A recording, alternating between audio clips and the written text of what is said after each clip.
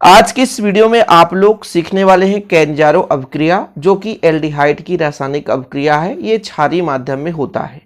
ऐसे एल्डिहाइड में कैंजारो अभिक्रिया संपन्न होती है जिसमें अल्फा हाइड्रोजन नहीं होता।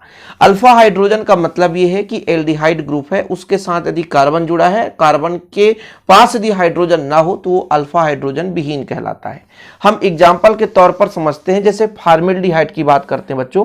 फार्मेल्डिहाइड का फार्मूला होता है HCHO। अब देखो CHO एक एल्डिहाइड का पहचान है। CHO यानी एल्डिहाइड का ग्रुप है जिसे फंक्शनल ग्रुप क्रियात्मक समूह कहते हैं। इसके साथ कोई कार्बन ही नहीं है, तो जब अल्फा कार्बन नहीं तो इसमें अल्फा हाइड्रोजन नहीं है।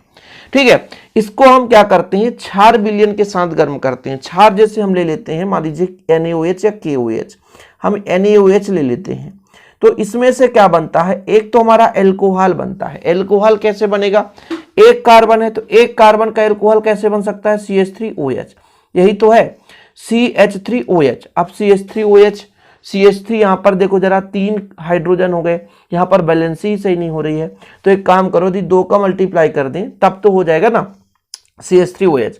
अब हम देखते हैं कि CH3 मतलब यहां पे टोटल 4 हाइड्रोजन है, तो 4 हाइड्रोजन इसमें चला गया।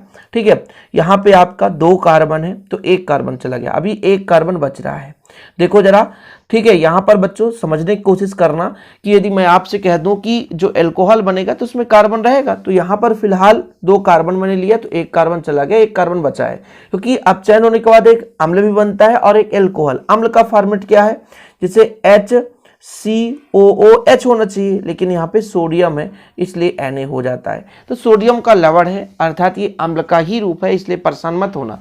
इसका नाम हो गया सोडियम फॉर्मेट, इसका नाम है मेथेनॉल। ये आपका क्षार है NaOH, सोडियम हाइड्रोक्साइड, और ये फॉर्मेल्डिहाइड है।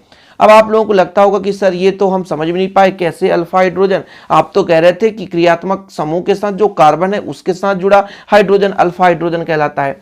उस परिस्थिति में हम एक दूसरा एग्जांपल लेते हैं, जैसे मान लीजिए CH3, C हो गया, इधर भी CH3, इधर भी CH3 बच्चों, और यहाँ पर CHO। अब ये क्रियात्मक समूह, इसमें कार्बन, इसके साथ हाइड्रोजन नहीं है, इसलिए अल्फा हाइड्रोजन नहीं है। 2 का मल्टीप्लाई यहाँ भी कर दिया, और कुछ नहीं, सिंपल उसी प्रकार से रिएक्शन NaOH के साथ गर्म कर दिया।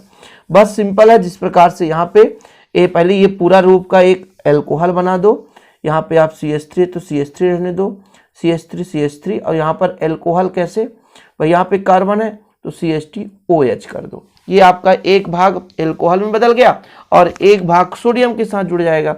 इसमें कह दूं CH3, CH3, यहाँ भी CH3 बच्चों, और बचा आपका CH ही है तो COO, इस बार सोडियम जुड़ जाएगा तो ये लो सोडियम के साथ, है ना। तो अम्ल का एक प्रकार से सोडियम लवण ही बनता है, इसलिए आप परेशान मत होना। तो ये कैंजारो अभिक्रिया ऐसे एल्डिहाइड के साथ होता है जिसमें अल्फा हाइड्रोजन ना होना चाहिए। अल्फा हाइड्रोजन मतलब क्रियात्मक समूह के साथ जो जुड़ा कार्बन है उसके पास हाइड्रोजन अनुपस्थित हो, तो वहां पर कैंजारो अभिक्रिया संपन्न होती है।